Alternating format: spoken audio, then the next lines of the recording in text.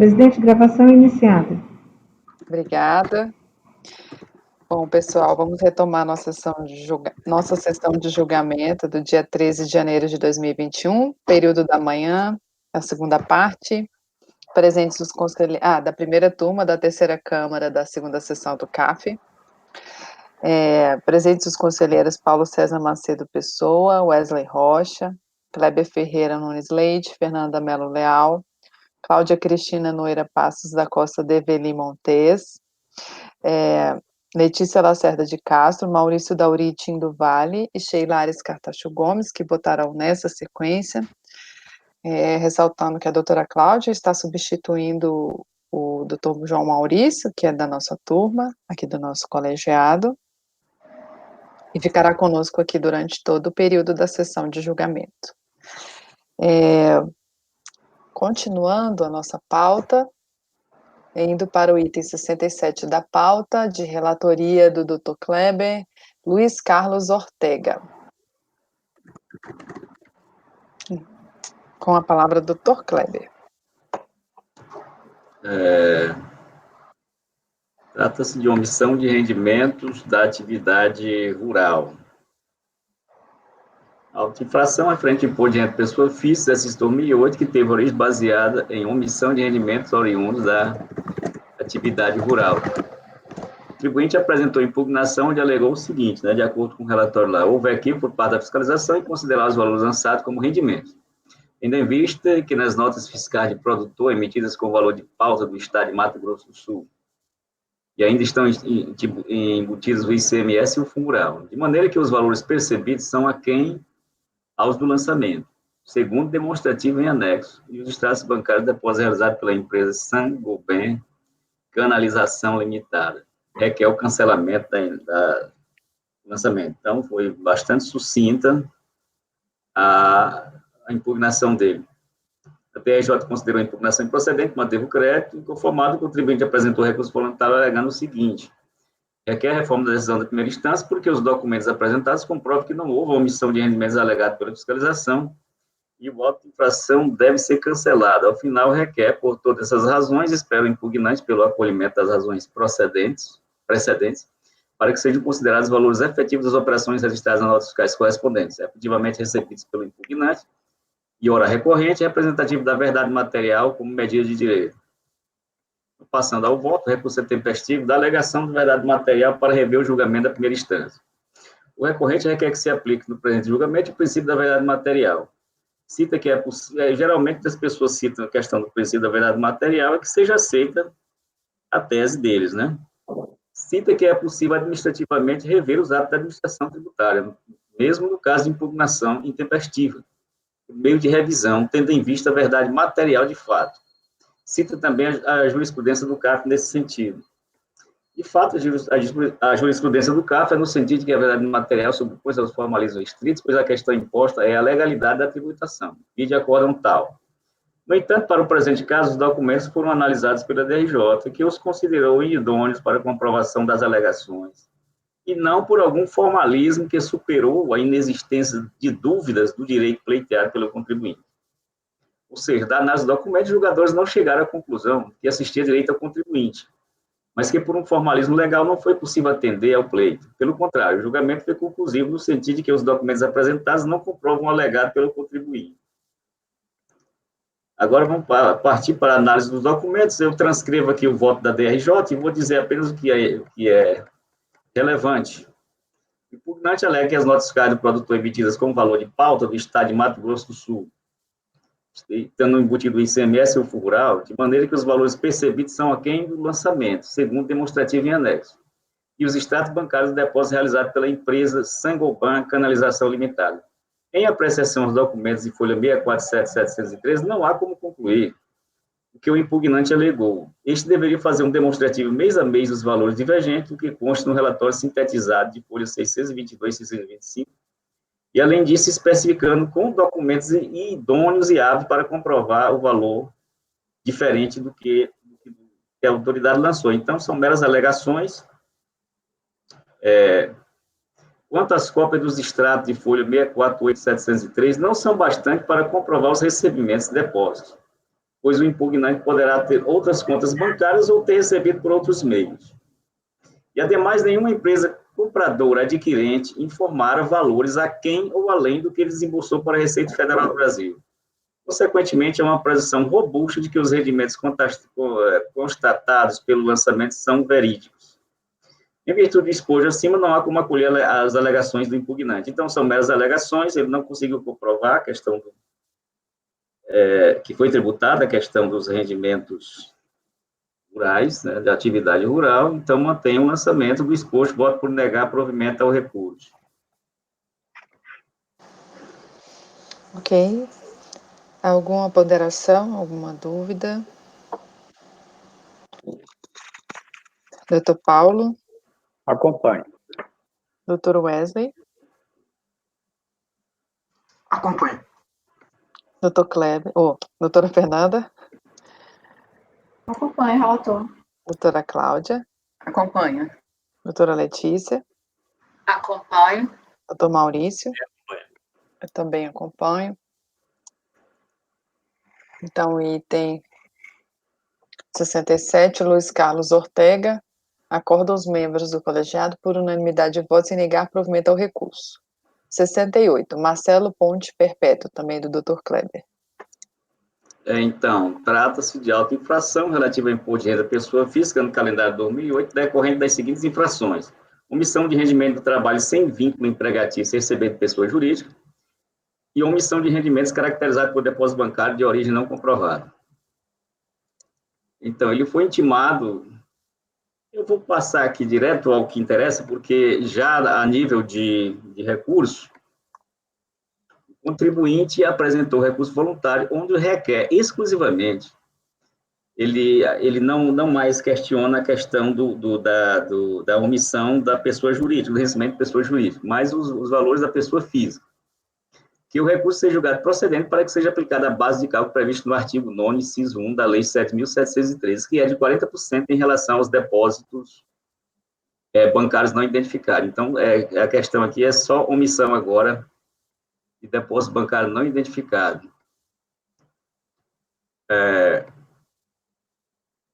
O contribuinte requer que seja aplicada a base de cálculo prevista no artigo 9º, inciso 1 da Lei 7, que é de 40% em relação ao depósito bancário não identificado, por exercer exclusivamente a atividade de transporte de carga. Então, ele alega isso. E, de fato, a lei diz que o transportador autônomo de cargas, a base é 40%, né, do valor do faturamento. Alega que, uma vez identificada a atividade do contribuinte, salvo nas hipóteses em que se constate o exercício de outra atuação por parte deste, isto é que se aplica o regime tributário típico da sua atividade, ainda que estejamos no campo de depósito bancário sem origem identificada. Ele cita um precedente do julgamento aqui do CARF, que, embora seja uma pessoa jurídica, foi exatamente isso, né? Retornou a tributação ao valor, ao original, à especificidade, que é uma tributação específica, né? Diz assim: não havendo controvérsia quanto ao fato de que a empresa fiscalizada dedique-se ao segmento de transporte de carga rodoviária, em caso de arbitamento, aplica-se o percentual aqui referido. Então, nesse caso aqui do julgamento do CARF, voltou aquela alíquota específica da atividade, não a alíquota geral do imposto de renda de 27,5%, né? No presente caso, o levantamento fiscal demonstra que o recorrente, inquestionavelmente, exerce exclusivamente a atividade de transporte de carga, que os rendimentos declarados decorrem dessa, conforme termo de verificação. Então, o fiscal aqui, no meu entender, produziu a prova para ele, né, que diz que ele só exerce aquela atividade. O fiscal, na consideração da pessoa jurídica, como foi recebimento de pessoa jurídica, ele considerou apenas 40% da base, né, como a incidência do imposto de renda, aliás, de 27,5%, né, na pessoa jurídica. Já na pessoa física, ele considerou a base total dos valores do depósito bancário, né, como sendo a base tributável, e não 40%, como oriunda de transporte de carga de pessoa física, né. Da análise dos autos, principalmente no próprio termo de verificação fiscal, constata-se que as origens do recurso tributável do contribuinte são originárias exclusivamente da atividade de transporte de carga, e que todos os negócios envolvidos pelo recorrente têm relação direta com a atividade. Nesse caso, não há que se tributar a totalidade do depósito bancário, não comprovados como sendo omissão de rendimentos de uma outra atividade qualquer, Quando o contribuinte, como é o caso em questão, tem rendimentos tributáveis originados predominantemente da atividade de transporte de carga, já que estas receitas, pelas suas peculiaridades, gozam da tributação mais favorecida, né? O artigo 2º da lei, o parágrafo 2º do artigo 42 da lei 9.430, dispõe que, aqui é o da omissão, né? Os valores cuja origem houver sido comprovada, que não houverem sido computados na base de cálculo dos impostos e contribuições a que estiverem sujeitos, submeter-se-ão às normas de tribuição específicas, né? A própria lei 9.430 fala nessa tributação específica. Então, eu dou provimento aqui ao pedido dele, porque eu considerei que o fiscal, no meu entendimento, fez essa prova para ele quando atestou lá no relatório que ele exercia exclusivamente essa atividade de transporte de carga como pessoa física, né? Então, ele requer exclusivamente isso. E reconhecendo assim, a base, então, a base tributável é 40% do valor dos depósitos bancários, né? Ante o exposto, voto no sentido de dar provimento ao recurso para reduzir a base de cálculo da exigência relativa ao item 2, que é o item só de omissão de rendimento de depósito bancário, do auto infração, ao percentual de 40%. Este é o voto. Ok. Doutor Paulo pediu a palavra e doutora Cláudia na sequência. Sim, fazendo só uma retrospectiva aqui no CARF, na jurisprudência, durante muito tempo prevaleceu no CARF o entendimento de que o contribuinte que declarou rendimento só da atividade rural e fosse lançado por depósito bancário de origem não comprovada, esses deveriam ser considerados como também originários da atividade rural e tributados no máximo na proporção considerada 20% da omissão de rendimento, incidindo o imposto sobre esses 20%. Havia até súmula do CARF sobre isso. Hoje, esse entendimento não prevalece mais. Ou seja, o fato de caracterizar que ele só recebe, tem rendimento de uma atividade decorrente em face de IRPF, não exclui a possibilidade de ter outros rendimentos quaisquer. Ele caberia em depósito bancário comprovar individualizadamente a origem de cada um, comprovar que cada um desses depósitos tiver origem na atividade de transporte. E se ele não fez isso, eu entendo que ele permanece sem comprovação, entendeu? Hoje não prevalece mais esse entendimento de presumir que ele exerça somente a atividade, porque ele pode exercer qualquer outra atividade. É uma prova assim, impossível de ser feita. O que a norma exige é provar individualizadamente cada crédito, e isso ele tem que estar apto a fazer. Se não provou que ele é a origem da atividade de transporte, não dá para admitir a prova, entendeu? São essas as considerações. Ok. Doutora Cláudia.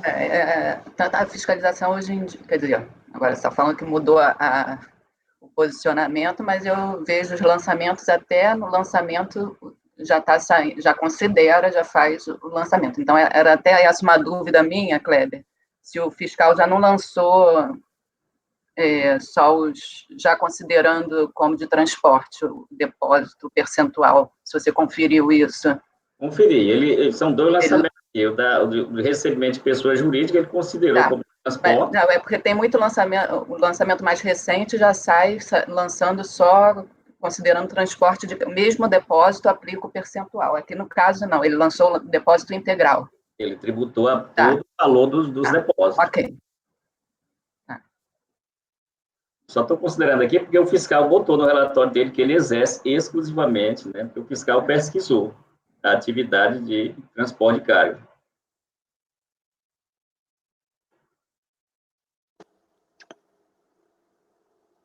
O fundamento da DRJ é que ele tinha que demonstrar a origem dos depósitos da mesma forma como o Paulo falou, né? O termo de verificação fiscal da folha 21 e 22 faz referência à planilha demonstrativa de valores comprovados a tributar, que seriam a base de cálculo de 40%. E esses que correspondem aos valores decorrentes da atividade profissional do contribuinte. Ele apresentou alguns documentos aí, parece que um DOE. Os demais, eu não posso, pelo fato dele falar que ele era transportador autônomo, entender que seria isso. Eu acho que caberia ele trazer os comprovantes de pagamento dessa atividade dele, né? De que ele estaria recebendo a título de depósito esses valores. Eu acho arriscado a gente entender que tudo seria isso, né?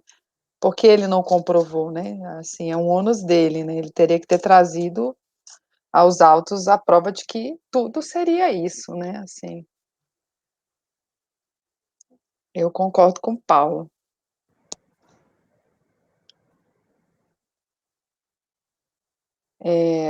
Mais alguém tem algum questionamento?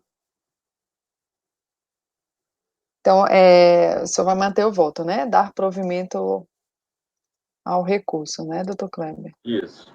Tá. Deixa eu ver aqui, só o resultado aqui.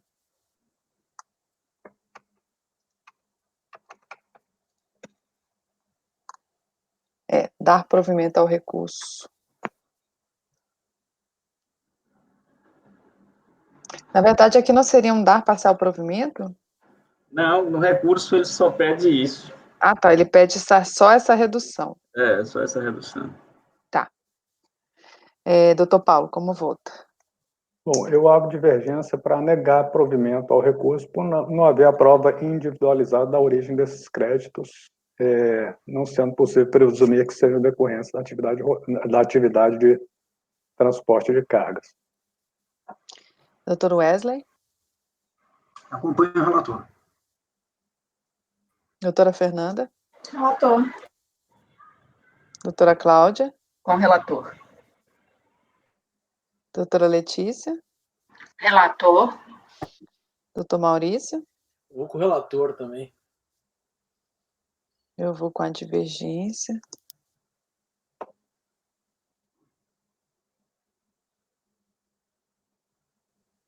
Então, acordam os membros do colegiado, por maioria de votos, em dar provimento ao recurso.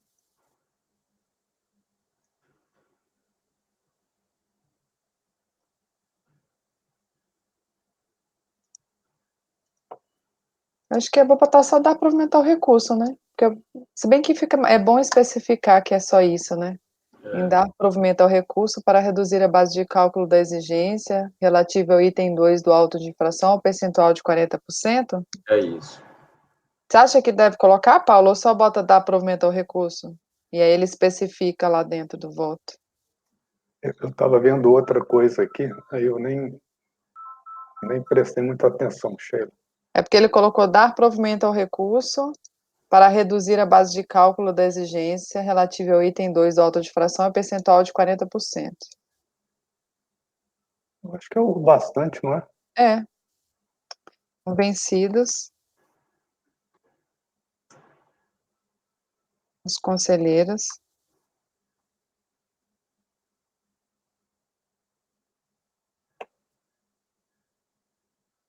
Paulo,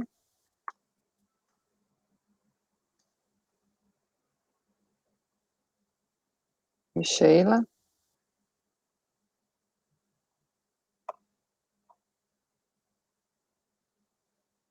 e negaram provimento.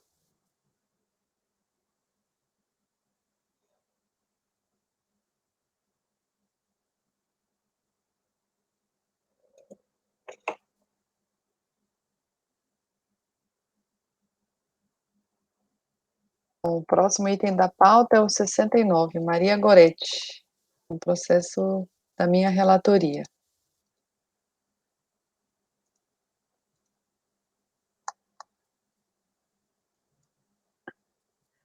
Esse processo aqui foi um processo até que foi de relatoria do Paulo.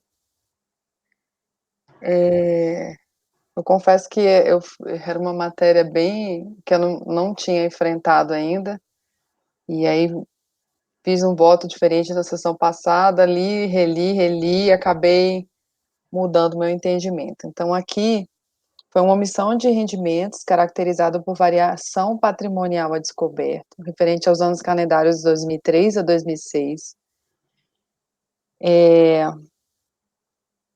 De acordo com o relatório fiscal do acórdão de primeira instância, a interessada protocolizou impugnação parcial, aduzindo, né, aqui ele apresenta, requer a inclusão de rendimentos que não teriam sido considerados pela autoridade lançadora nos fluxos financeiros, e contesta o critério adotado pela autoridade lançadora ao considerar como lucros distribuídos apenas os cheques nominais emitidos a impugnante, aduzindo que essa não seria a única forma possível de proceder. Alega que em momento algum teria sido questionada a distribuição de lucros feita pela pessoa jurídica à pessoa física. Então, ele questiona a questão do lucro, que é o cerne principal aqui que a gente vai discutir aqui no processo. A matéria que não foi impugnada, a defesa deixou de contestar expressamente parte do lançamento correspondente ao imposto suplementar de 1.660,81, relativo ao ano calendário 2003, 2005, no valor de 6.039,72, foram objeto de parcelamento. A decisão de primeira instância julgou parcialmente procedente a impugnação, pois considerou comprovada. Então, em relação aos anos calendário, 2003,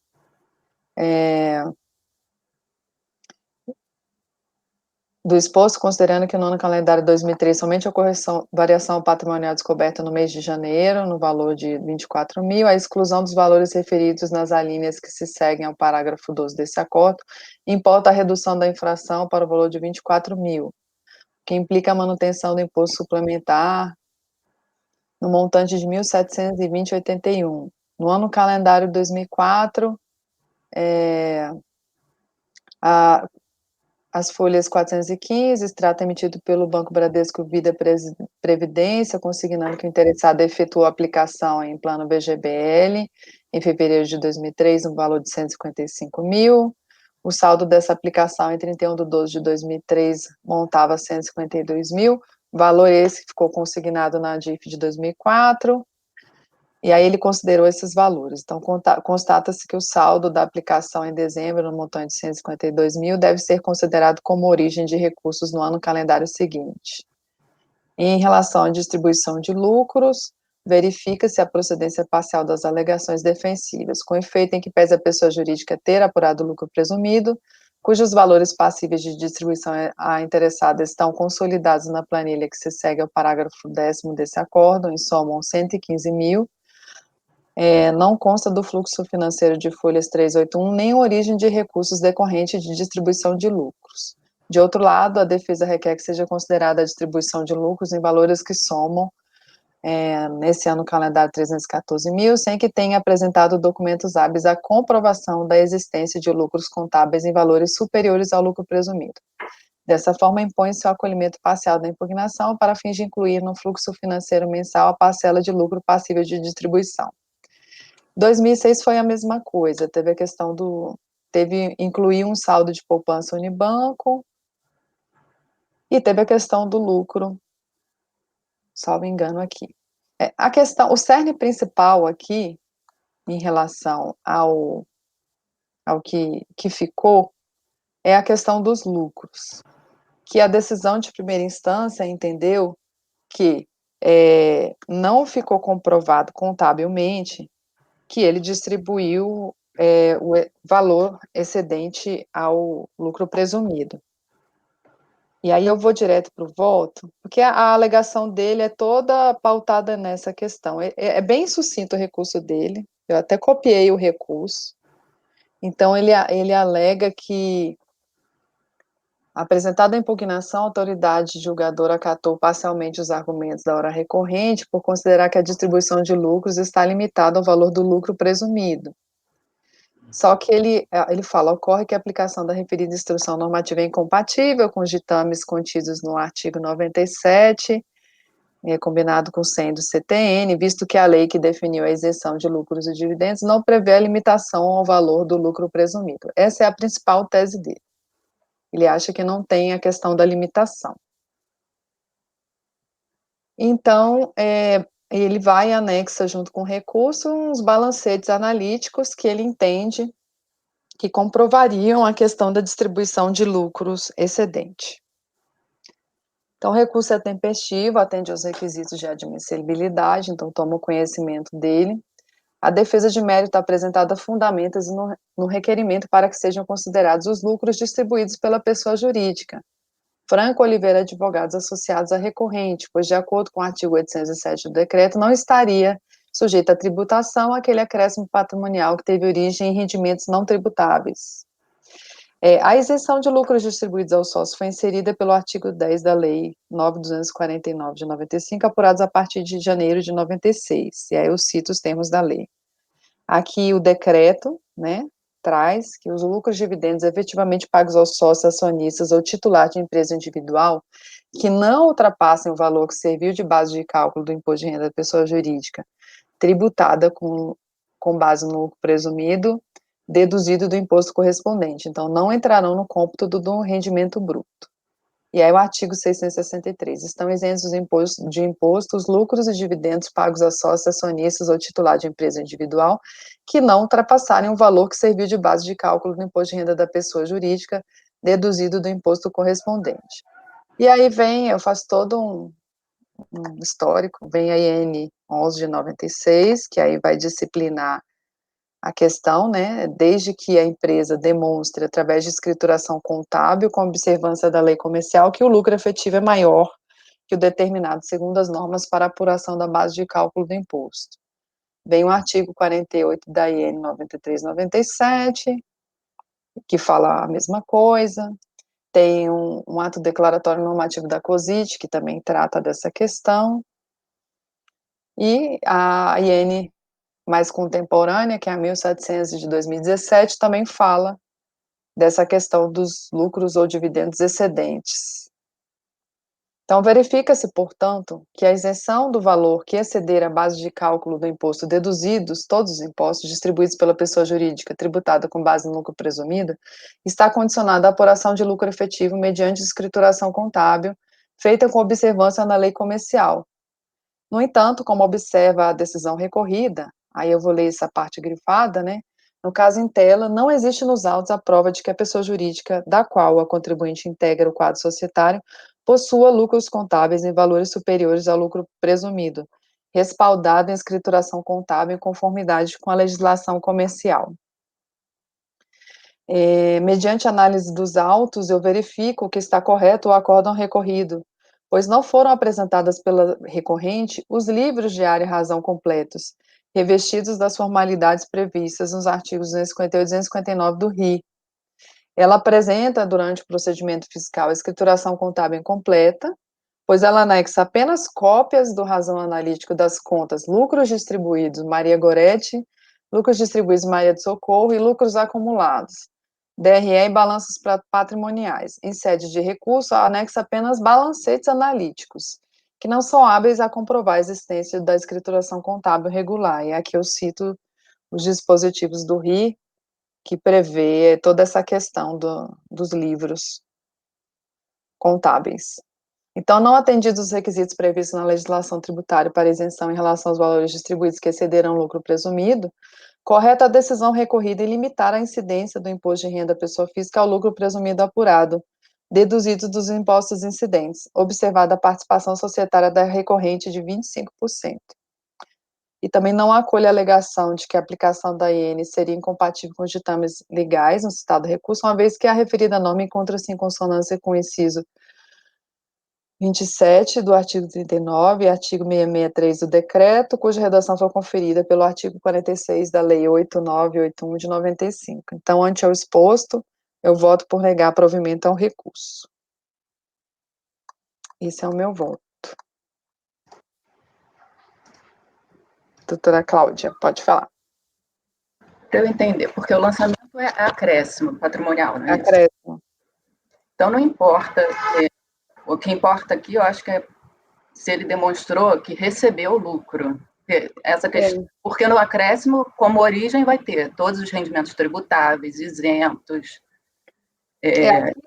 A empresa teria lucro isento para distribuir, eu acho que isso aqui não entra não caberia essa discussão, né?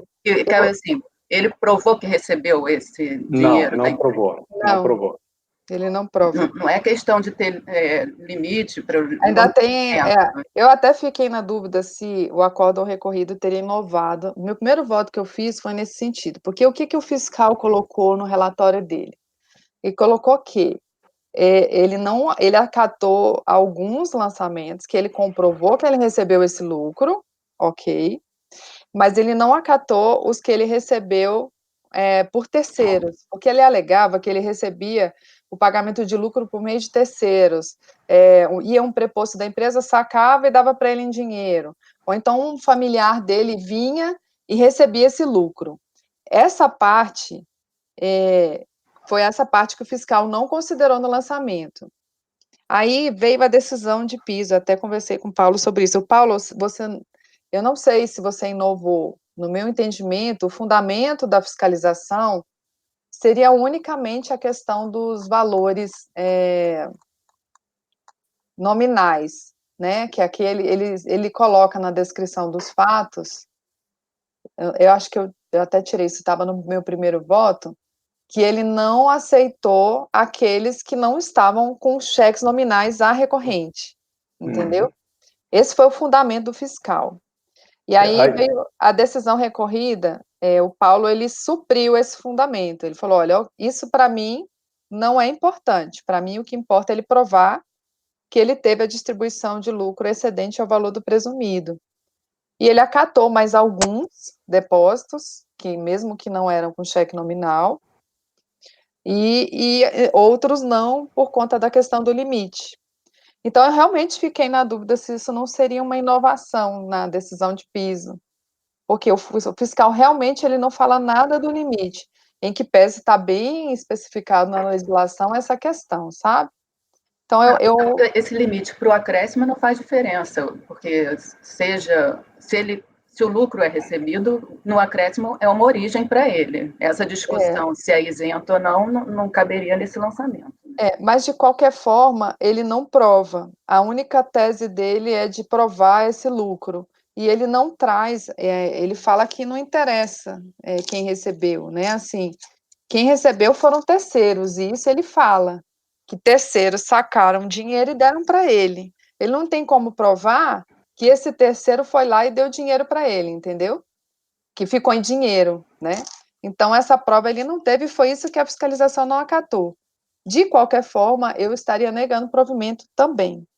Ou uma outra possibilidade seria anular a decisão de piso, porque inovou nos fundamentos, e fazer com que ela analise as provas, que elas vão todas, as provas são as mesmas, né? Ele não apresenta provas novas de que ele recebeu esses recursos, sendo que terceiros que receberam, entendeu?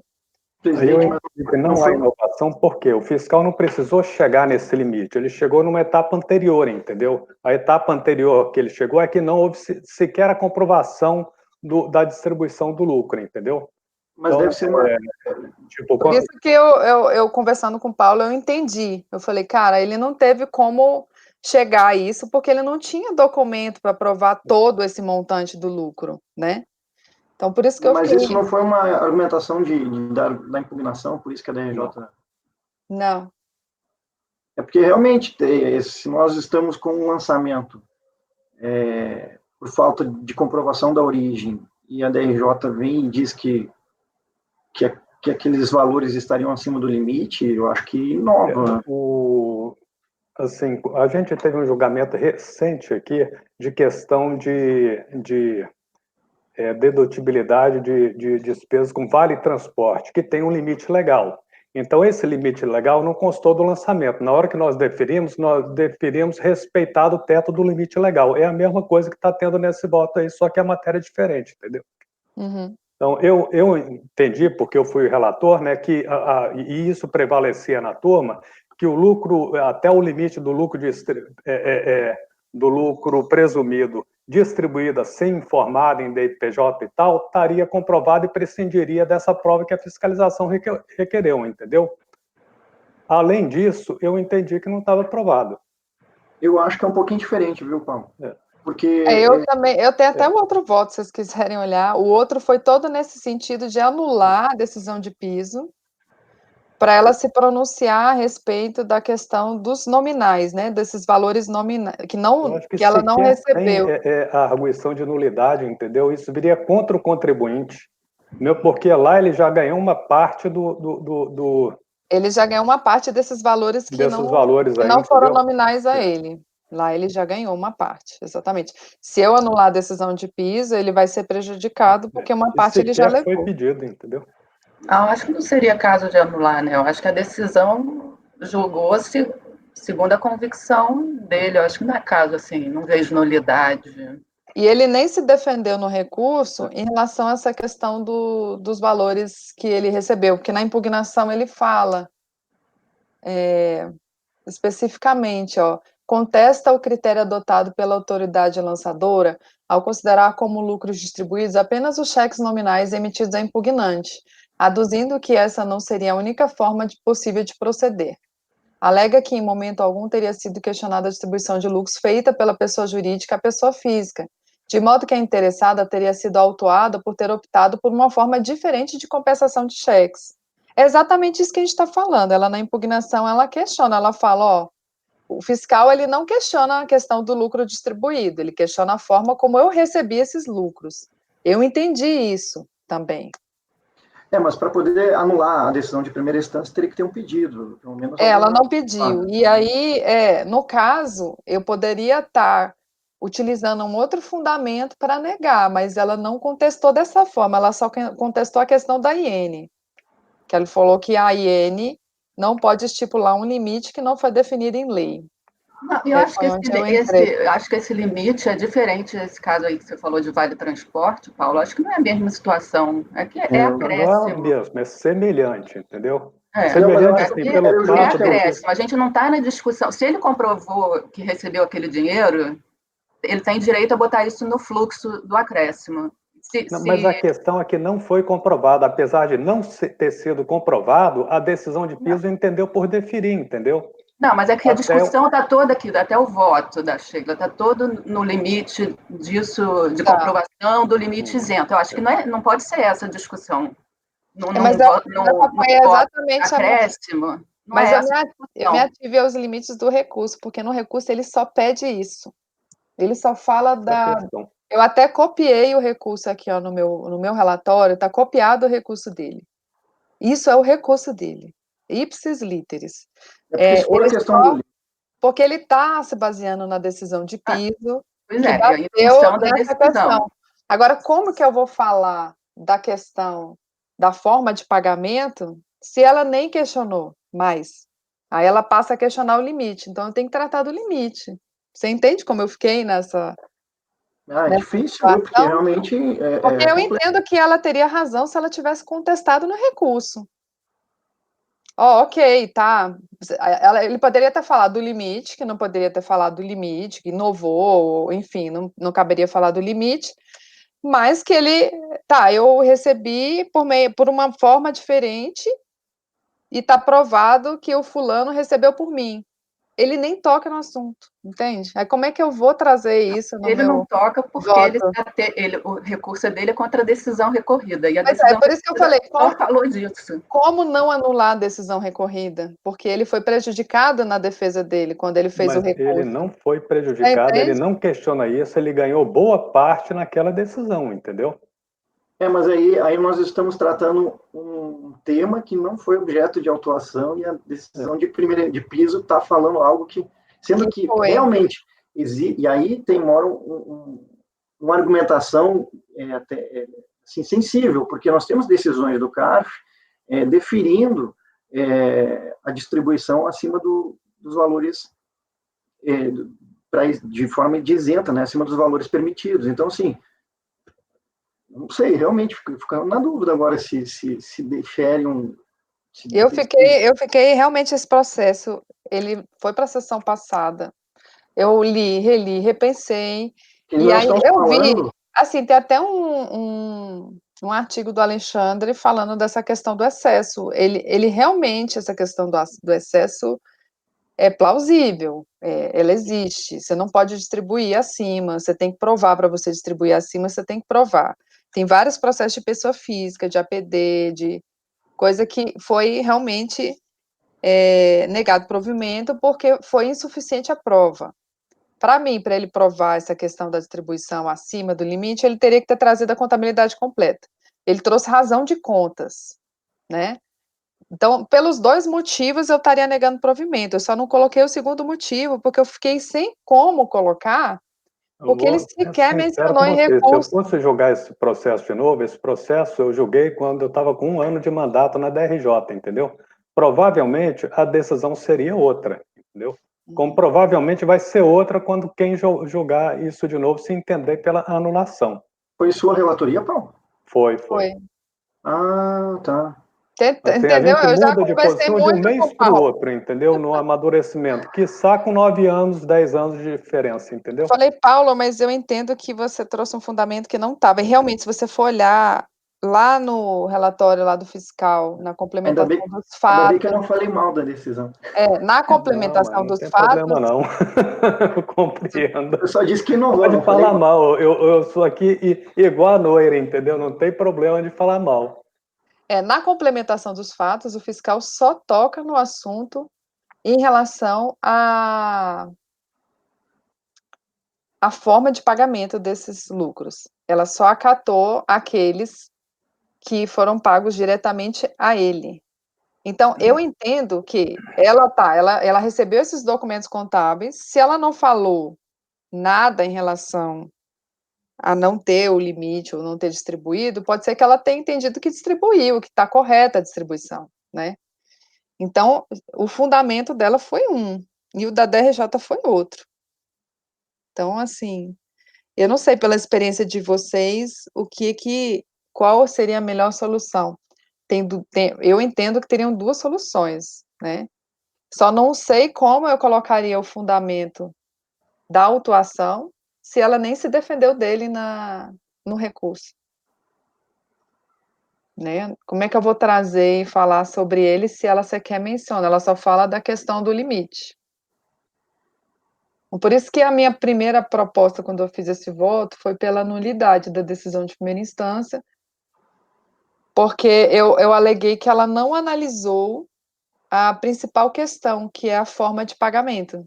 Ela foi para outro lado.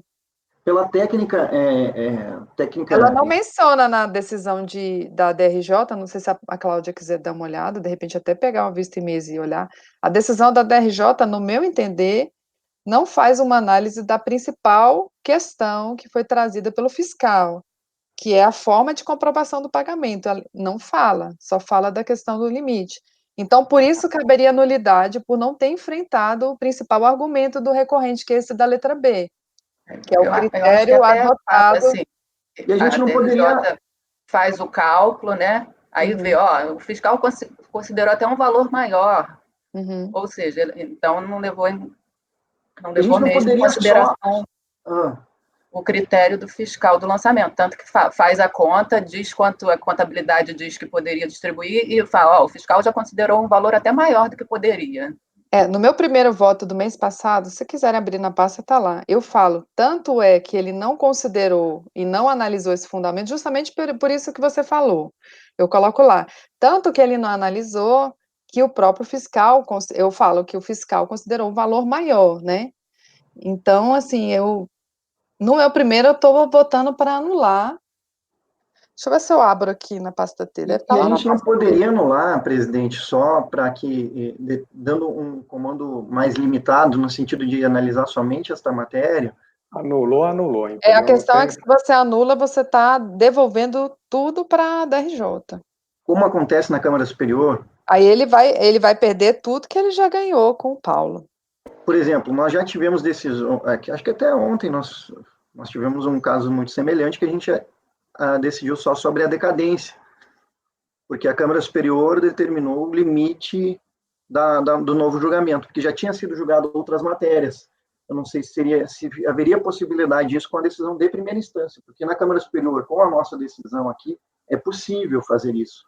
Tem limitação de tema. Tem limitação, acho que é por causa do tema recurso especial, né? Aí o que define o que vai ser decidido pela Câmara é o recurso especial, né? Aí só como recaiu sobre a decadência, aí só... Aqui aí eu acho que a nulidade cai tudo. Eu acho que nós temos que nos ater ao que ele pediu no recurso. Pois é, aí eu estou me atendo. Se ele eu acho que não é nulidade, porque ele não pediu isso no recurso. Pois é, Não, ele, além E dele não... mais, ele deveria chegar e falar o seguinte: olha, não foi analisada essa questão. Não sei, o que ele Não, mas pediu no se ele rebate, Letícia, ele está impugnando a matéria. O colegiado entender Então, nós qual a temos que melhor julgar essa alternativa. matéria, independente da DRJ ter julgado ela, não? Não, a DRJ julgou a matéria. Sim, então, nós temos que enfrentar. Eu Não, acho que não isso é que eu estou caso de... falando. A gente está enfrentando, e se de repente, no meu ponto de vista, há uma conclusão de uma nulidade sobre esta matéria, porque aí sim, no meu ponto de vista, com todo o respeito ao doutor Paulo, eu acho que houve uma inovação jurídica na decisão de primeira instância, né, adotada para o tema. Então, assim, eu acho que aquela posição que eu tinha dito que não poderíamos anular, melhor, salvo analisando agora os fatos, eu entendo que há essa possibilidade. Eu acho que o voto da Sheila não estaria errado, aquele primeiro lá. Não estaria errado porque houve uma alteração do critério jurídico adotado, né, em parte da decisão de primeira instância, o recorrente se defende disso no recurso voluntário e a gente entende, olha, opa, aqui não está na melhor harmonia do que houve no lançamento. Então, podemos ter, eu acredito que no meu ponto de vista não há nenhum impedimento de ter essa liberdade de possibilidade de nulidade da decisão, adotando todos esses elementos trazidos, né? Porque, veja só, por mais que não tenha sido pedido do contribuinte no recurso voluntário, essa é uma questão de alteração do critério jurídico e que ele se defendeu. Diz, olha, peraí, o valor está no teto, eu juntei lá o livro, mesmo que não tenha sido da melhor forma apresentado, incompleto no caso, eu apresentei as informações. Então, assim, está acima do teto ou não, ou passou dos valores, excedeu os valores, calma, eu me defendi. Então, não é por esse motivo, não deveria ser negado a minha defesa. Mas houve uma alteração do critério jurídico. E aí, por isso que eu acho que seria um pouquinho diferente do que o Paulo falou na questão do transporte, do vale transporte. Porque aqui há uma alteração do critério jurídico, né? E quando tem alteração de critério jurídico, eu acho que vocês acham que cabe ao contribuinte suscitar isso ou eu? Não, mas ele impugnou, é isso que eu estou falando. Se ele não tivesse falado, tudo bem. Eu não sei. Ele não impugna que é nula a decisão. Ele impugna a Não, nula matéria. não. Ele só diz, ó, justamente isso. Ó. Ele diz, olha, no tocante a essa matéria da decisão da primeira instância, olha, eu estou impugnando. Aí cabe o colegiado ter a melhor decisão, dizer sim, não, dar nulidade à decisão de primeira instância ou não. Porque nós estamos avaliando também a decisão de primeira instância relacionada com o recurso. E assim, uma outra questão, se você for olhar o termo de intimação de folha 160, a autoridade fiscal intimou o contribuinte durante o procedimento fiscal a comprovar a efetiva transferência dos valores recebidos a título de lucros e dividendos nos anos calendários em análise. Tá? Ele não pediu a contabilidade, pediu a comprovação da efetiva transferência. Em resposta, isso é o meu voto anterior, tá? Vou ler para ver o que vocês acham. Em resposta ao solicitado, o contribuinte anexa cópias de cheque, razão analítico da conta lucros distribuídos, DRE, balanços patrimoniais e termos de abertura e encerramento de livros. A fiscalização acata a documentação que comprova a apuração de lucros pela empresa Franco Oliveira Advogados Associados, mas apenas aproveita como origem do acréscimo patrimonial os valores distribuídos, cujas cópias de cheque foram emitidas em nome da contribuinte, conforme se conclui da leitura do relatório de verificação. Aí aqui eu copio o relatório de verificação. Está falando assim, quanto aos valores de lucros distribuídos, isso é o que o fiscal fala, é a única coisa que o fiscal fala, tá? Foram aproveitados como recurso origem somente aqueles cuja transferência para a fiscalizada ficou devidamente comprovada.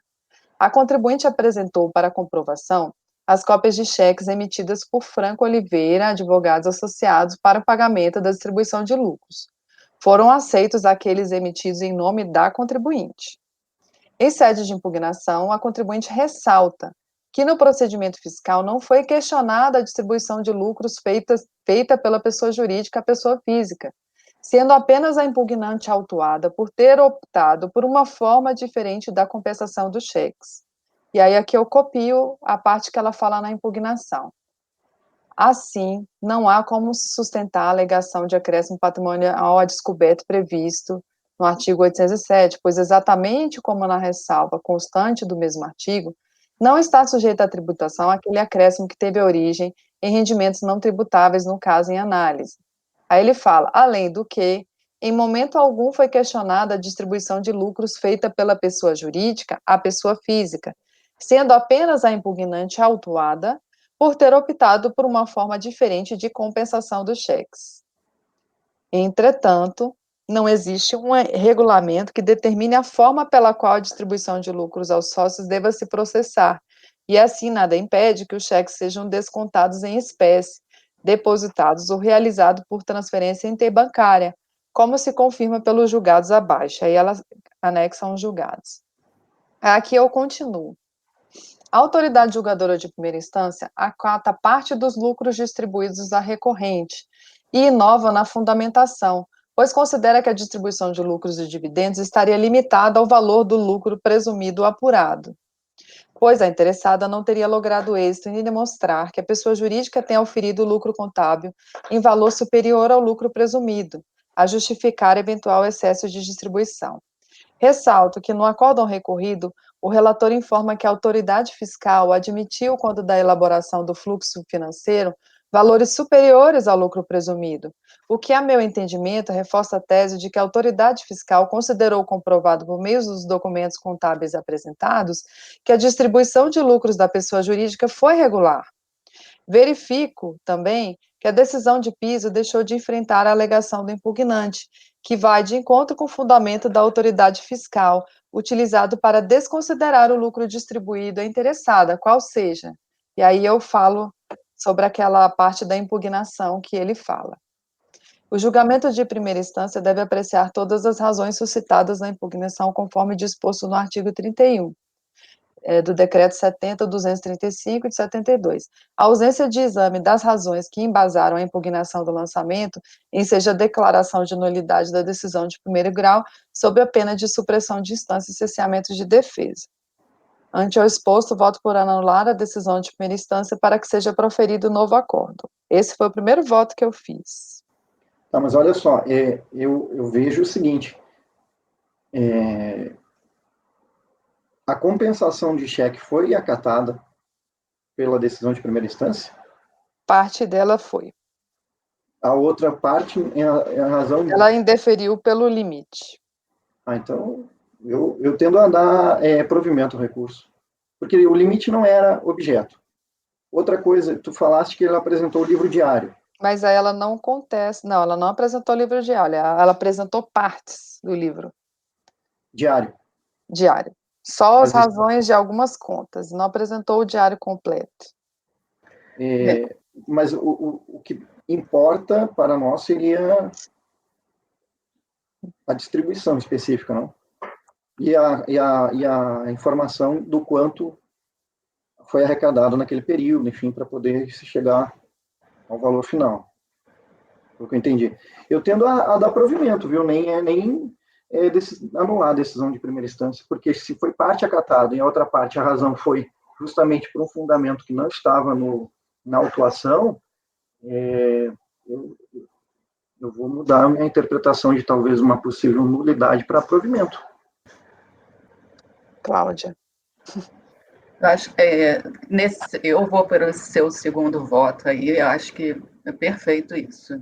A decisão foi por um caminho que deixou de apreciar uma alegação dele.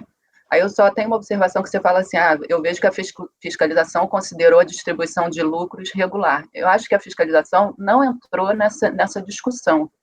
Ela está fazendo um acréscimo patrimonial e falou para ele, me comprova o efetivo recebimento desses valores, seja a que título for. Ele então, mostrou cheque nominal, então, essa fiscalização aqui não tratou da distribuição de lucro na empresa, só pediu para o contribuinte, me prova que você recebeu algum dinheiro, que eu vou botar tudo no fluxo como origem. Então, ela não fez essa discussão de verificar livro, não fez nada disso. É porque talvez ela considerou a contabilidade adequada. Não sei, nem entrou nessa questão. Ela Mas a Não, decisão assim, do até Paulo... pelos termos de intimação que a Sheila leu, ela fala assim, me comprova o efetivo recebimento. Ela pediu só para comprovar o efetivo Então, recebimento. assim, esse foi o meu sentimento, que ela não analisou, não, mas pode ser também que ela tenha dado uma olhada e considerado regular, não sei. E a decisão do Paulo, na verdade, nem estaria incorreta, porque o Paulo fez um cotejo analítico completo. Olha, até aqui, esses cheques compensados, eu consigo comprovar a distribuição, ok. Inclusive, essa segunda parte está excedente. Olha, eu fiz os cálculos aqui, está excedendo. E isso aqui eu preciso para poder deixar como isento e não cobrar, eu preciso fazer um cotejo analítico da contabilidade. E isso não tem. Aí o Paulo foi lá e disse o seguinte, realmente, então defiro só o que está, né, o que poderia ser comprovado. Então a decisão de primeira instância, ela não estaria incorreta do ponto de vista técnico, né? Mas ela inova no critério jurídico adotado para uma avaliação, porque ela avança. Então, para mim, hoje, agora, está muito mais claro, depois dos debates aqui, os esclarecimentos, de que dá para dar ou um indeferimento ou um deferimento. Mas, no meu ponto de vista, o mais assim, racional seria dar deferimento, porque não foi um objeto. Nós estaríamos inovando aqui, porque se descer para poder avaliar de novo isso, não vai dar para adotar esse tipo de critério, porque já estamos anulando para dizer o seguinte, olha, essa análise dos cheques avaliados como pensados, da distribuição dos lucros, ela teria que ser acatada ou não. O julgador vai dizer, olha, não aceito esse tipo de prova.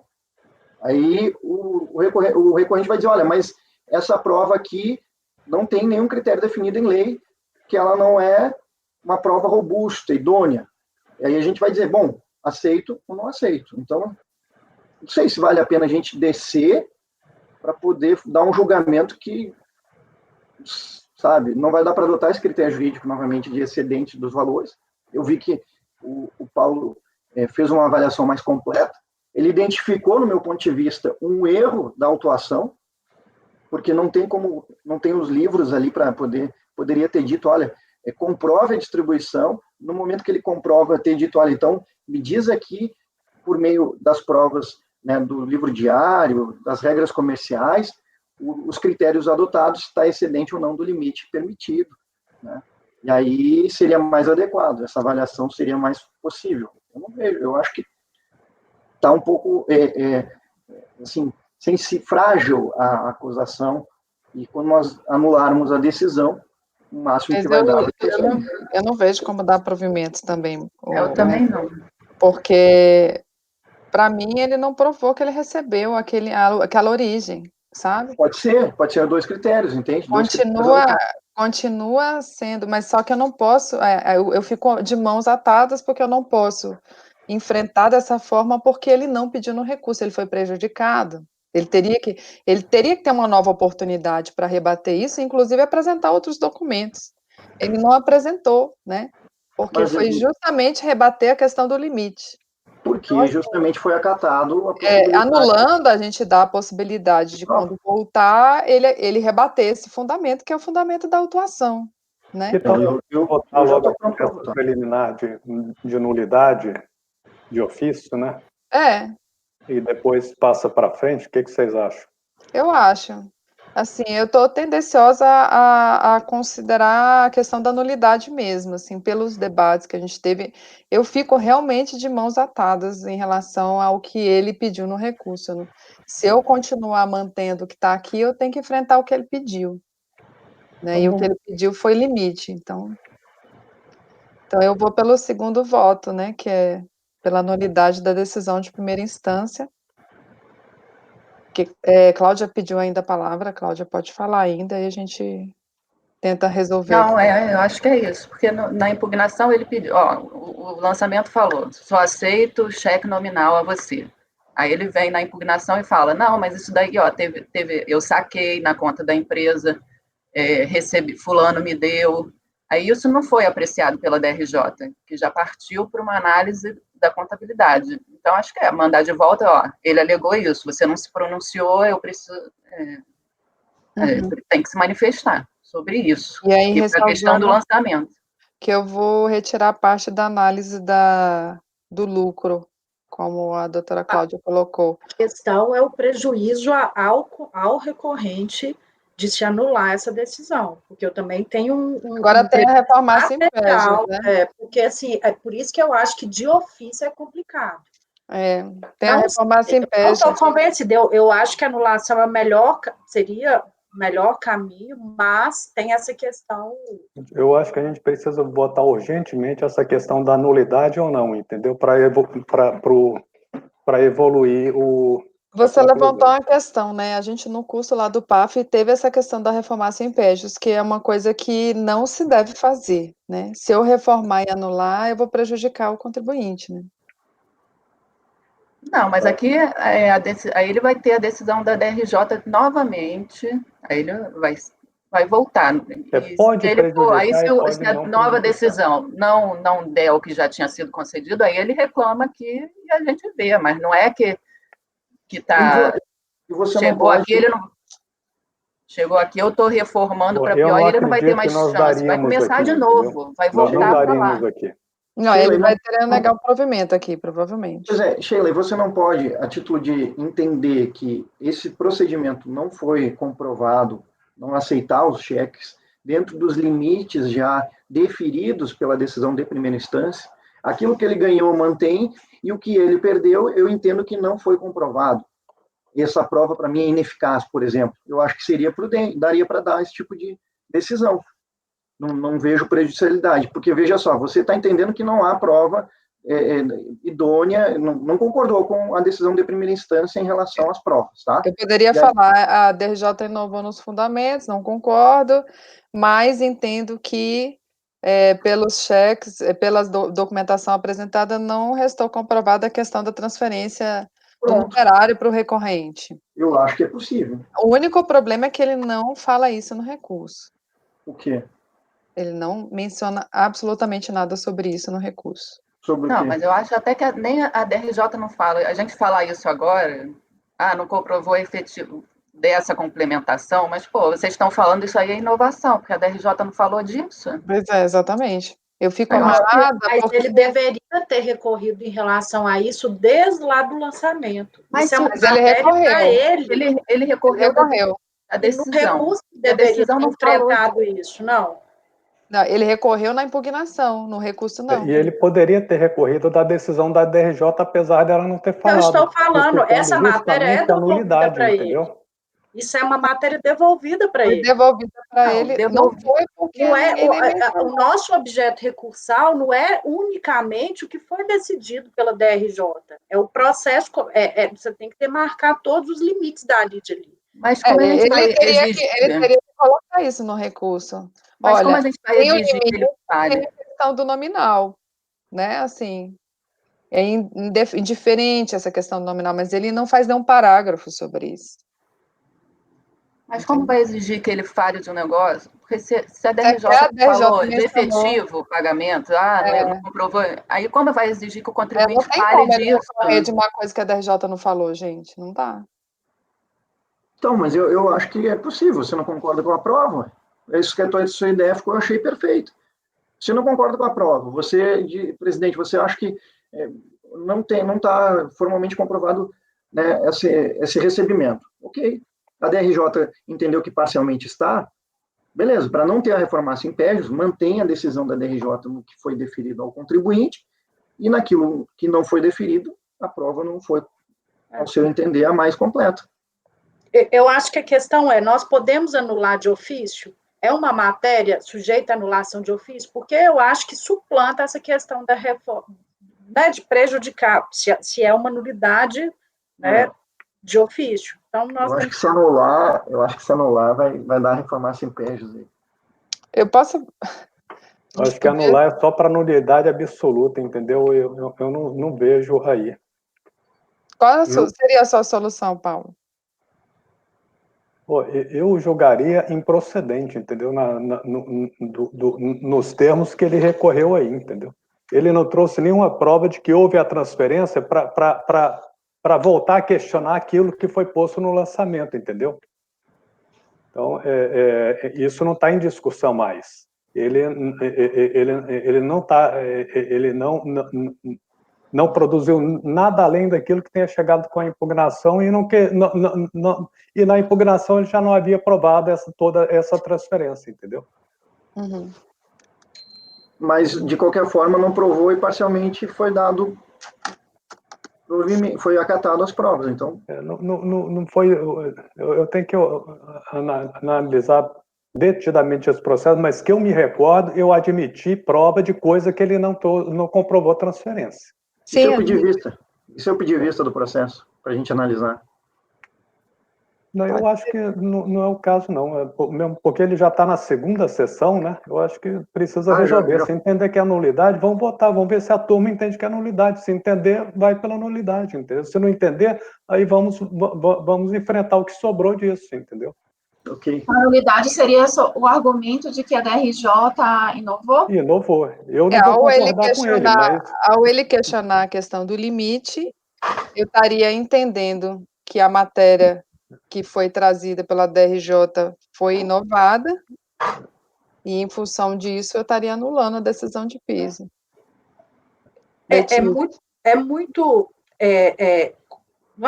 muito interessante, porque assim, a nulidade ela tem que ser declarada sempre no primeiro momento pela parte, né, pelo lógica do Código de Processo Civil. Inclusive, eu tenho que provar um prejuízo dela, né? Então, no caso, é muito complicada essa questão de mensurar o prejuízo, né, por conta da questão que ele ganhou algo pelo acórdão da DRJ.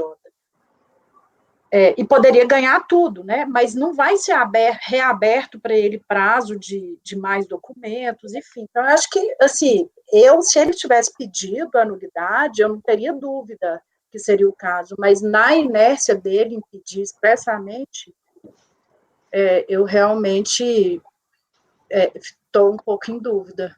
Porque a nulidade não é de ofício, né? Não.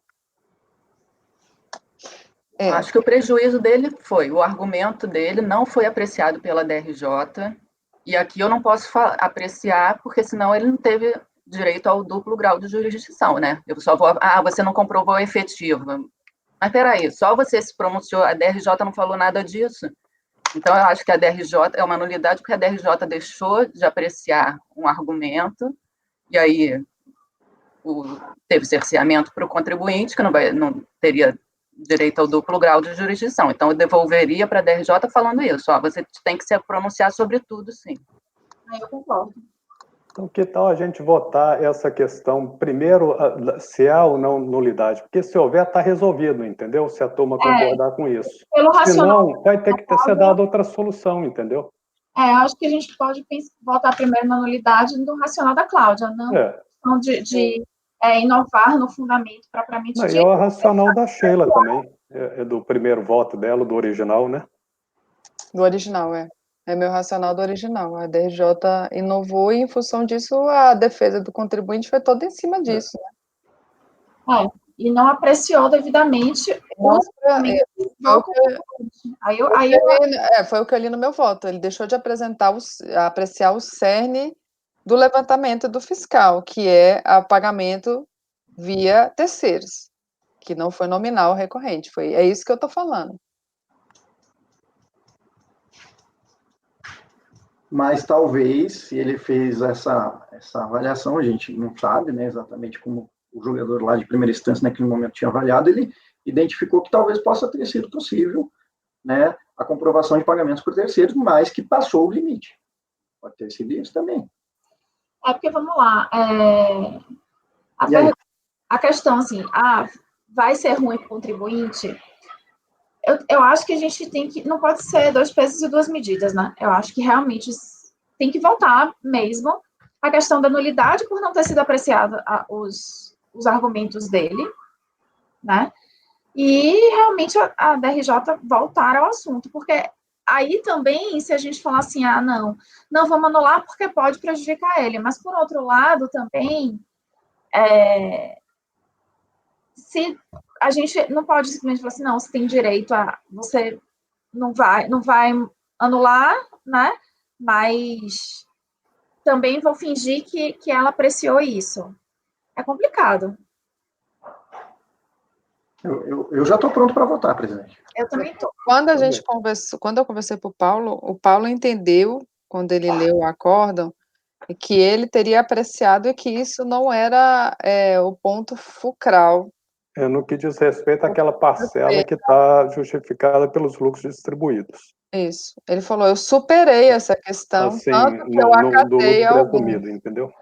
Você citou até um parágrafo do acórdão, não foi, Paulo? Que você entendia que você tinha enfrentado nesse parágrafo. Eu só não lembro qual era.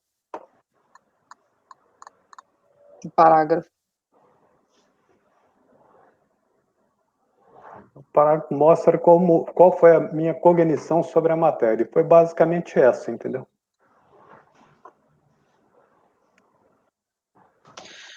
Bom, então colocamos em votação? Eu realmente eu não estou confortável em indicar nulidade, mas eu não vejo outra forma de rebater, a não ser enfrentar o recurso tal qual ele está e falar só da questão dos limites. Tá? Então, assim, no meu entendimento, o correto seria a decisão de primeira instância se manifestar pelo que ele impugnou, que é justamente aquele parágrafo que ele cita, que fala sobre a forma de pagamento, que o fiscal elegeu a forma de pagamento do cheque nominal como forma para provar, e eu não vi nenhum aspecto disso na decisão de piso.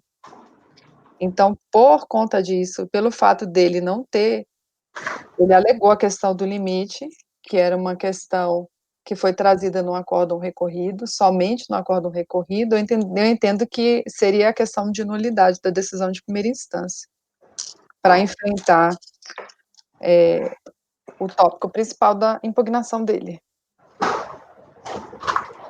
Então, eu vou encaminhar inicialmente a votação, então, para nulidade. Aí, Paulo. Bom, eu voto abro divergência para votar pela improcedência do recurso voluntário. Divergência para negar provimento. Tá. Dr. Wesley. Bom, vamos lá. Eu vou acompanhar a divergência, presidente, por um único motivo, né, que eu vou explicar. Em primeiro lugar, eu acho que, assim, uma alteração do critério jurídico, o que permitiria a nulidade da decisão de primeira instância, critério jurídico adotado pela DRJ, né, e aí eu concordo em parte com a doutora Letícia, que a nulidade, nesse caso, ela teria que ter sido suscitada pelo contribuinte. Entretanto, eu vejo que o julgador, quando ele se depara com uma matéria de alteração de critério jurídico, consoante a argumentação trazida pelo próprio contribuinte de que ele não teria excedido os valores na distribuição dos lucros e dividendos, né, segundo as suas argumentações, eu vejo que abre a possibilidade do colegiado dar a nulidade no sentido de que não foi enfrentada essa matéria trazida pela DRJ em sede de primeira instância. Mas eu acompanho a divergência porque se eu promover, do meu ponto de vista, a nulidade de primeira instância, eu estaria aqui com uma reformácia in pejus, né, uma ocorrência, porque ele ganhou algumas partes em primeira instância. Então, assim, me impede a reformácio de promover a nulidade do acórdão. Então, num segundo momento, penso eu que daria para votar sim, pelas provas que acreditar que ele trouxe, seria possível a comprovação da origem de terceiros, né, pagas, ou não, né, não seria o caso de que, superando, né, o entendimento da decisão de primeira instância, dizer, olha, não acho que está comprovado devidamente e, portanto, nego o provimento ao recurso. Então, eu vejo que se abre o leque de duas possibilidades, sim, reais e sem prejuízo ao resultado final do processo. Mas, como pode haver aí uma reformácio in pejus nessa dúvida, eu vou abrir divergência, vou acompanhar a divergência para em relação à nulidade. Depois a gente em relação à nulidade, exatamente. Tá. Doutor Kleber.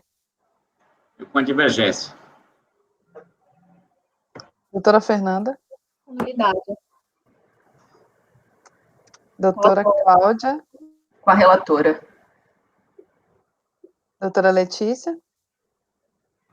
Eu vou com a divergência. Não tem possibilidade de ter diligência e não para verificar esses documentos? Não. Não tenho dúvida quanto aos documentos. Os documentos estão tranquilos. Eu vou com a divergência. A questão é só a fundamentação mesmo. Tá. Doutor Maurício. Só bucha hoje, né? Rápido de vista. A Batata tá sendo o último agora. Não, com relação à nulidade, eu estou meio seguro, sabe? Porque para evitar reformaço em pérgios, eu vou acompanhar a divergência também. Então, temos 1, 2, 3, 4, 5. Então, não vai ter nulidade. Então, por maioria de votos, optou-se por não anular a decisão de primeira instância. Então, eu vou colocar aqui no voto, então, a preliminar de nulidade de decisão de piso. E aí, no caso, em restando, eu propus a decisão, e aí eu tenho que trazer o voto no caso de não ser acatada a nulidade da decisão de piso, correto? Então, meu voto vai ser para negar provimento pelos fundamentos do limite, porque eu não vou trazer a fundamentação que ele não trouxe no recurso. Não tem como trazer. Não, mas aí se tu tá negando pelo limite, tá negando, é isso que eu entendi, daí tu vai ter que dar provimento, não? Não. Mas se a fundamentação é pelo limite, tu não tá Então, acatando deixa essa eu fundamentação. entender. Alguém vai fazer o voto vencedor de tudo? O meu voto foi pela nulidade da decisão de piso. A gente vai ter que ver no final, Chico. Porque a nulidade ela é superada, a gente tem que enfrentar a matéria. Mas vai ter que ter um voto vencedor para isso, né? Vai ter Na um voto nulidade? vencedor para enfrentar a matéria, pelo que eu entendo. A princípio, só se você está vencida no voto. Não. Fui vencida na nulidade. Foi vencida. Sim, mas E ninguém precisa agora? fazer um voto de nulidade só. Precisa. Não, só se tiver o voto vencido. Eu já fiz isso com Não, alguém vai fazer um voto vencedor, não encaminhando para nulidade de decisão de primeira instância. Olha só, já aconteceu isso comigo aqui no colegiado.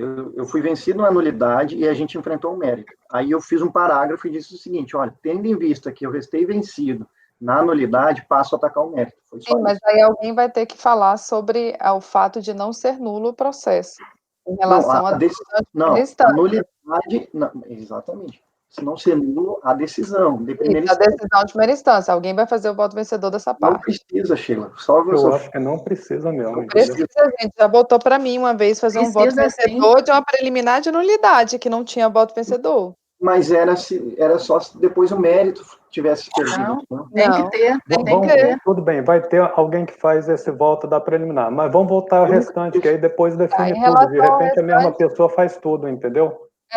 Não sei se você vai ser vencida também na outra parte, entendeu? Em relação ao mérito, eu vou negar provimento pela questão do limite, que foi o que foi devolvido. Eu acho que não faz muito sentido. E aí você acha que eu tenho que dar provimento? Eu não concordo. Não. Eu não concordo nem com o limite.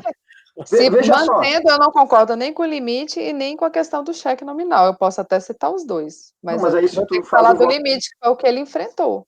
Eu acho que não faz sentido ter que fazer um voto vencedor, por exemplo, porque se tu você vota pela...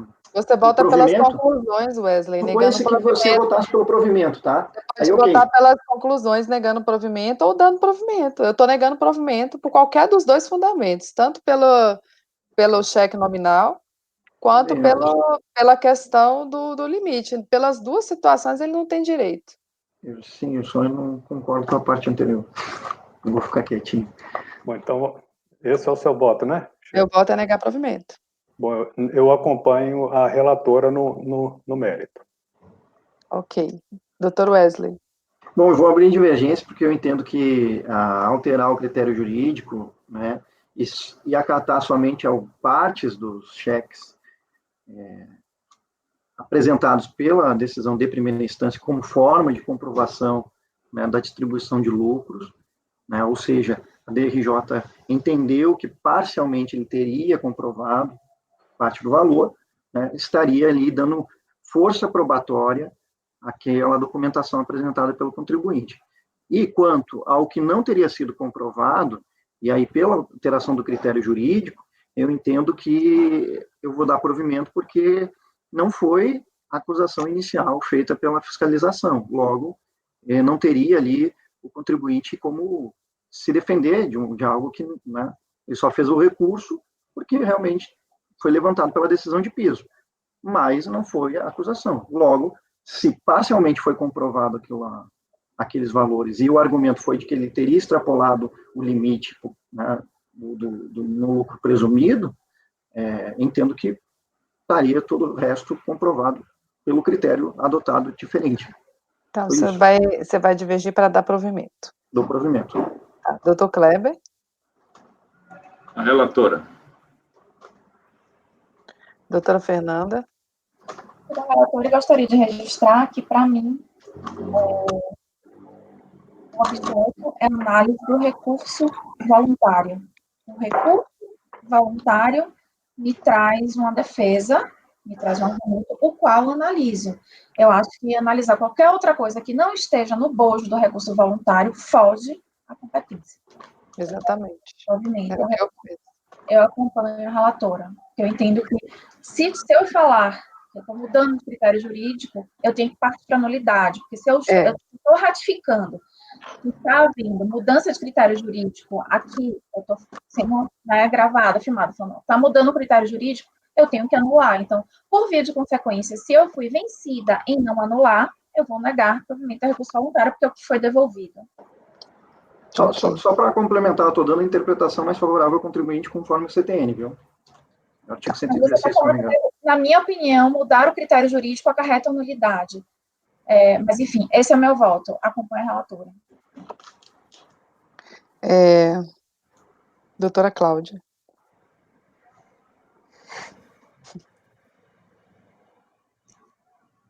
Ai.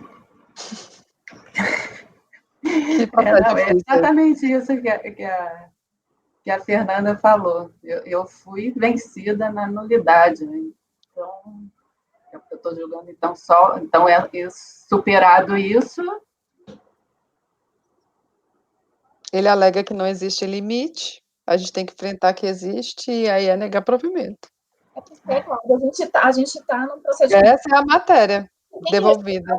Né? Infelizmente, tem coisas que eu acho que deveria ter a nulidade, porque teve mudança de critério jurídico, para mim, isso é claro. É por isso que eu enfrentei só essa questão do limite. Tendo ultrapassado isso, eu entendo que a gente tem que analisar o que está no recurso voluntário. Maria Helena sempre foi muito... Sim, pois é, mas ele está dizendo que o recurso voluntário não ultrapassou o limite. E aí a decisão a gente superou a nulidade, agora a gente tem que enfrentar um mérito, é isso? O mérito eu estou analisando o que foi pedido pelo contribuinte. Então tu está achando que excedeu o limite, é isso que tu está achando. Esse é o resultado. Não, a questão a legislação fala do excesso de limite, ele não trouxe o documento que comprovasse que ele distribuiu o excesso ao limite. É isso. Por isso que eu estou dando decisão favorável, porque ele não foi intimado a comprovar isso. Decisão favorável ao contribuinte, artigo 116. Superando a nulidade, que eu entendo que vocês acreditam fielmente que tem, e eu não discordo disso, ok, cada um...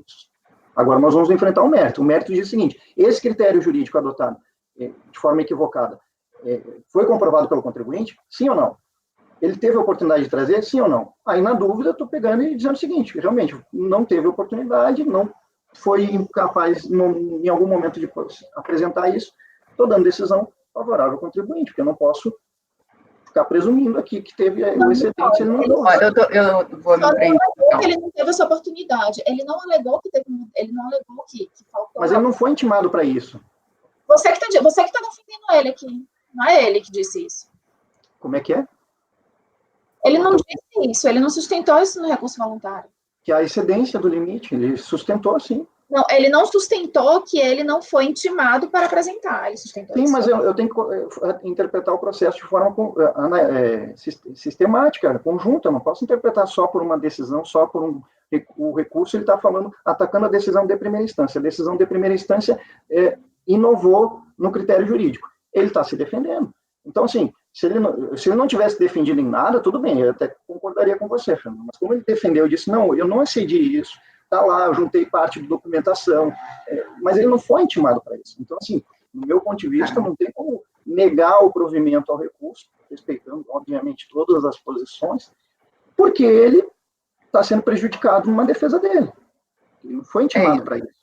O lançamento é acréscimo, não importa se estabeleceu o limite ou não de isenção, se excedeu esse limite, e não foi essa a discussão, então eu vou com a divergência para dar provimento.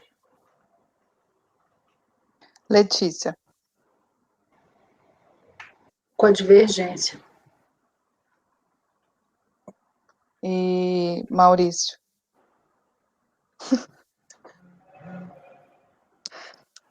Que sessão! Eu sabia, eu não botei esse processo da sessão passada, porque eu sabia que ia dessa discussão toda. Olha, que sessão é essa? E olha que o Maurício nem tá, o João nem tá aqui hoje. Né? Imagina se tivesse.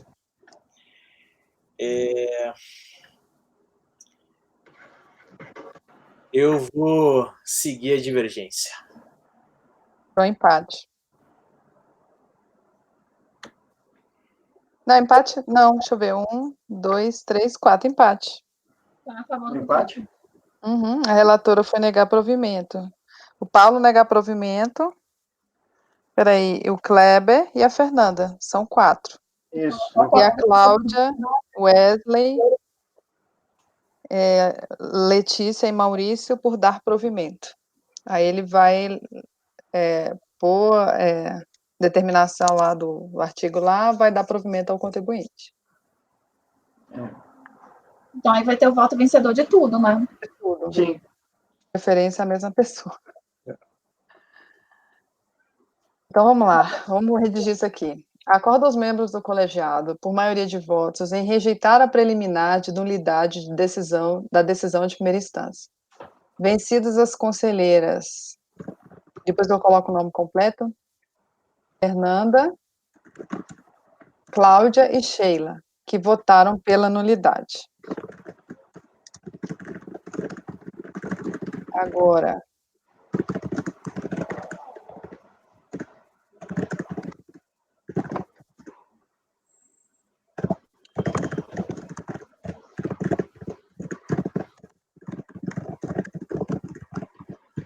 no mérito, por determinação do artigo 19E da Lei 10.522 de 2002, acrescido pelo artigo 28 da Lei 13.988 de 2020, em face do empate no julgamento, dar provimento ao recurso voluntário. Vencidos os conselheiros Paulo, Kleber, Fernanda, e a relatora, né, presidente.